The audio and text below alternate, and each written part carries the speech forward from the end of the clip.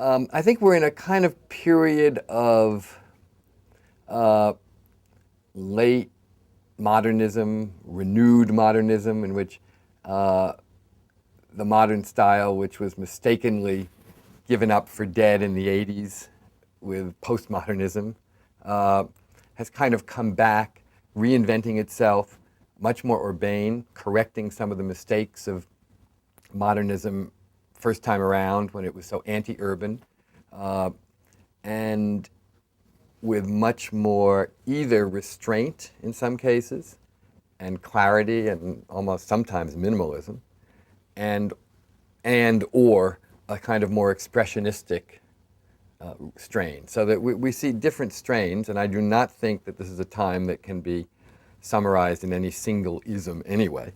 There are too many different things going on, but probably the one that is kind of the most unifying or compelling of the time, to the extent that anything can pull a diverse time together, would be this sort of late modernist moment that we're in, where really good architects are reinventing the modernist vocabulary.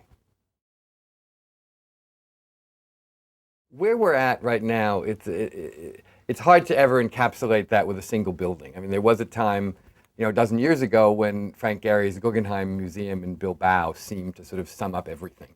And it did. And it was really the symbolic beginning of a whole age of architecture, an age of intense engagement with architecture and with doing buildings that in some cases were really quite wonderful and brilliant and profound even. Other cases, buildings that were just sort of excessive. Right now, we've kind of pulled back from that a lot, but we're not entirely sure where we're going. There's a tremendous interest in sustainability today and in environmentalism and in buildings being responsible from a green standpoint, which is all to the good. There's a greater sense, I think, of the building as part of a larger whole and less as an individual standalone monument. So we're more concerned with urbanism, how buildings relate to each other on the street and as part of a community. We're more concerned, I think, with planning, I'd like to hope. And so we're not believing that you can keep growing and spreading out forever and ever across the landscape, that we've got to make our cities denser and tighter in part to preserve the land. I sense a lot of that right now, much more willingness to begin to consider alternate forms of housing as reflections of alternate forms of living and alternate family structures and things like that.